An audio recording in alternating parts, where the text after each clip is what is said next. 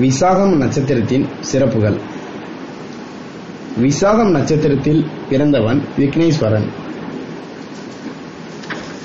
விசாகம் நட்சத்திரத்தில் பிறந்த பெண்கள் விசாக நட்சத்திரத்தன்று விரதம் இருந்து விக்னேஸ்வரனை வழிபட்டு வந்தால் திருமண தடைகள் நீங்கும்.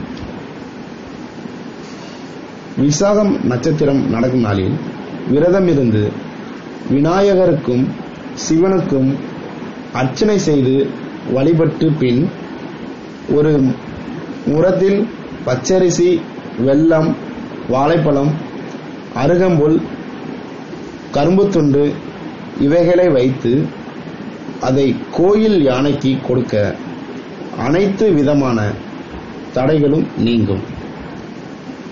விசாக நட்சத்திரத்தின் உருவம் முறம் என்பது குறிப்பிடத்தக்கது.